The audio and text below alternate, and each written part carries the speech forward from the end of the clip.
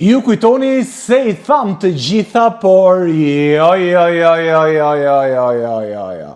Dëgjoni njerë siglën modeste të emisionit Tim Modest në YouTube dhe më pas rikthehemi me kush do jetë një emër që e njihni shumë mirë se ishte në Ferma VIP dhe mendohet se do të hyjë në Big Brother VIP Kosova 4.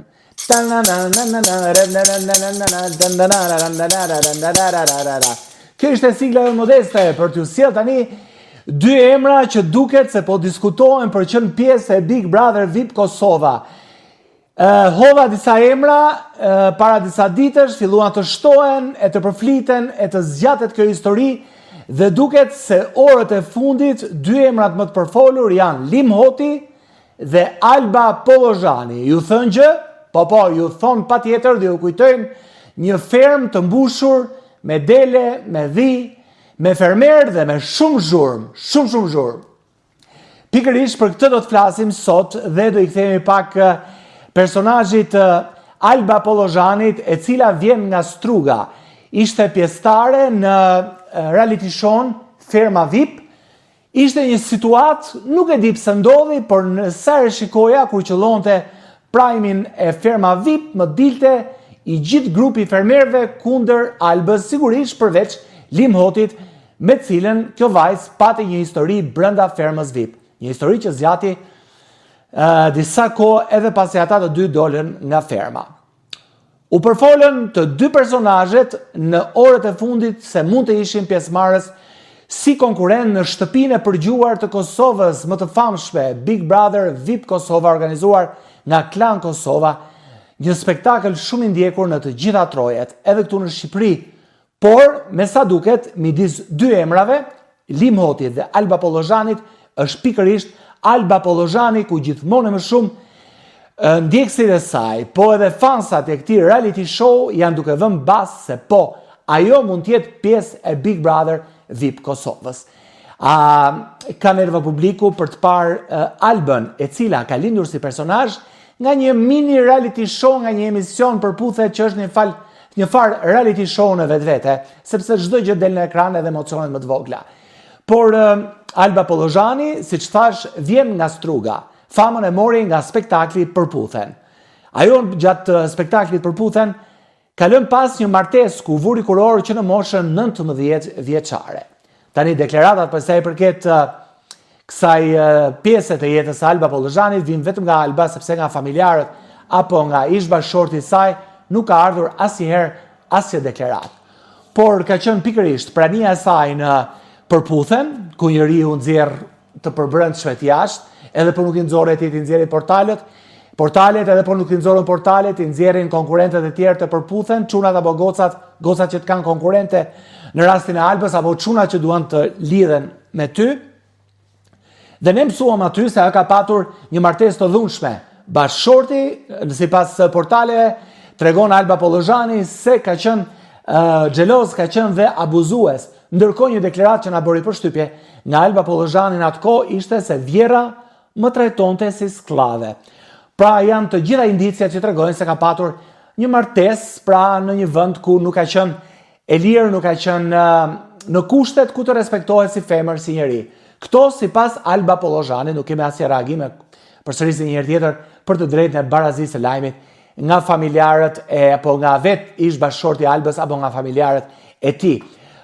Martesa e saj ka marrë fund dhe ka mbritur në divorc. Një moshë shumë e re dhe Alba vjen nga një vend ku divorci ende edhe në Shqipëri, po edhe në ato zonat ku ka jetuar Alba rreth e qark Strugës, ende një penalizim sidomos për femrën. Dhe ajo ka thënë se divorci nuk është se ishte shpëtimi I asaj vajze, pasi ajo mendonte se pas divorcit do kthehej në shtëpinë e saj edhe do të kishte një mikpritje nga familjarët, po jo nuk ka ndodhur ashtu, ka ndodhur krejtësisht e kundërta, sepse Alba ka thënë sepse pas kthimit të saj në familje, familjarët kanë qenë kundër, me sa duket nuk kanë dashur që ajo të divorcohet nga bashkëshorti. Kjo pra ka qenë situata e Albës, një histori e cila sa herë ti kthehesh, kam përshtypjen se I jep material aq më shumë që Alba do të jetë pjesë e Big Brother VIP Kosova. Ajo ka postimet e fundit, ka thënë se jam gati për të bërë gjëra të mëdha, është parë madje duke postuar edhe nga Kosova dhe gjitha indicjet kanë qenë pikërisht për faktin se Alba mund të jetë pjesë e Big Brother VIP Kosovës. Tek ferma VIP ajo ka qenë një konkurrente shumë rezistente, por më prishi pak atë ecurinë e parashikimit tim në momentin kur vendosi ta lë fermën për gjysmë. Ndoshta ka qenë presioni shumë i madh, ajo ka qenë përballë personazheve si Big Mama, ka qenë përballë Frederik Nocit e të tjerë të cilët u vun përballë asaj dhe nuk e linin të bënin xhap. Shpeshherë kanë kaluar edhe në ofendime. Nuk është se Alba nuk ishte provokuese, provokimet e saj ishin të niveleve më të larta. Por edhe lufta e Albës përballë gjithë grupit ka qenë shumë e fortë. Aty lindi dhe historia e dashurisë, nuk e dim nëse do jetë edhe limi në Big Brother VIP Kosova, por nëse do zhvilloja histori do ishte një gjë shumë e bukur, sepse është një gjë si thua e lënë për gjys. Doli Alba, ishte personazh shumë i fortë, ishte personazh ku Prime merrej shumë gjatë me Albën, jo vetëm kaq, pa ajo bëri edhe disa ngjarje se kur ishte në shtëpinë e limit doli, ishte një femër tjetër u bë xheloze, pra ajo jepte material produksionit të fermës edhe pas si doli nga aty që të kishte për çat fliste dhe merrte vëmendje duke qenë thjesht në koltukun e studios. Megjithatë, mendoj se mund të ketë edhe një pendes nga Alba dhe ka thënë, dua të hedh zaret edhe një herë, dua të jem edhe një herë pjesë e një reality show kësaj radhe, ndoshta Big Brother VIP Kosova. Alba Pollozhani do mbahet mend sepse ka lënë disa të forta lart e poshtë, sipas mendimit të saj ka lënë deklarata, por që janë shumë të diskutueshme. Njëra prej tyre ka qenë kur thotë po fliste për ngacmimet seksuale dhe tha kur dikush një mashkull ngacmon një femër rrugës edhe është duke ecur me një makinë golf, atëherë quhet ngacmim seksual. Në qoftë se ai është duke ecur me Porsche, atëherë nuk është ngacmim seksual. Kjo është nga deklaratat që Alba Pollozhani pra do të mbahet mend sepse thotë, në qoftë se je me golf dhe ngacmon një femër, nuk quhet ngacmim seksual. Në qoftë se je sipër një Porsche dhe ngacmon një femër, quhet okay.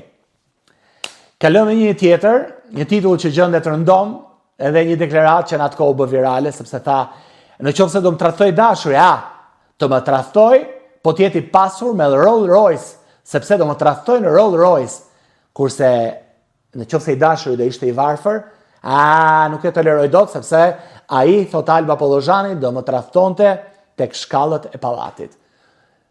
Si duhet ka ndryshim për Albën, pra ndryshe në qoftë se e tradhton në sediljet e një Porsche apo Rolls Royce, ndryshe në qoftë se i dashuri e tradhton te shkallët e pallatit në këmbë. Me sa duket midis dy akteve seksuale, Alba shikon ndryshime.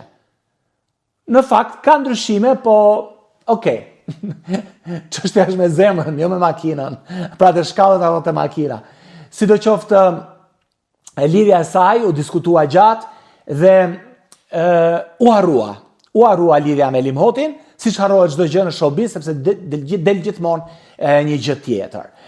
Alba, gjëja e fundit që tha është që dua të hyj në politikë. Propozimet për politikë, për të hyrë në politikë, tha Alba Pollozhani, kam patur që në moshën 18 vjeçare, por kam qenë fokusuar vetëm në fushën e biznesit, që nuk e dim çfarë biznesi ka. Nuk jam marrë në politikë sepse jam shumë e zjarrt për drejtësi dhe e di që duhet më parë të formohesha shumë herë për t'u futur politikës. Më vlon zemra, thot Alba Pollozhani, për popullin dhe për të ndihmuar popullin. Dhe që këtu ajo sot si politikane, sepse gënjeu, nuk u fut në politikë, por me sa duket po futet në Big Brother VIP Kosova. Sidoqoftë, për gjithë ata që duan të hyjnë në Big Brother VIP, duhet të jenë pak politikan, sepse duhet të gënjejnë nga pak. Sidoqoftë, nga deklarata e hyrjes në politikë të Albës, duket si një ftesë për popullin që ta votojë, tashmë jo për deputete në parlament, por për qëndruar sa më gjatë dhe pse jo për të fituar Big Brother VIP Kosova, në qoftë se do të hyjë vërtet atje.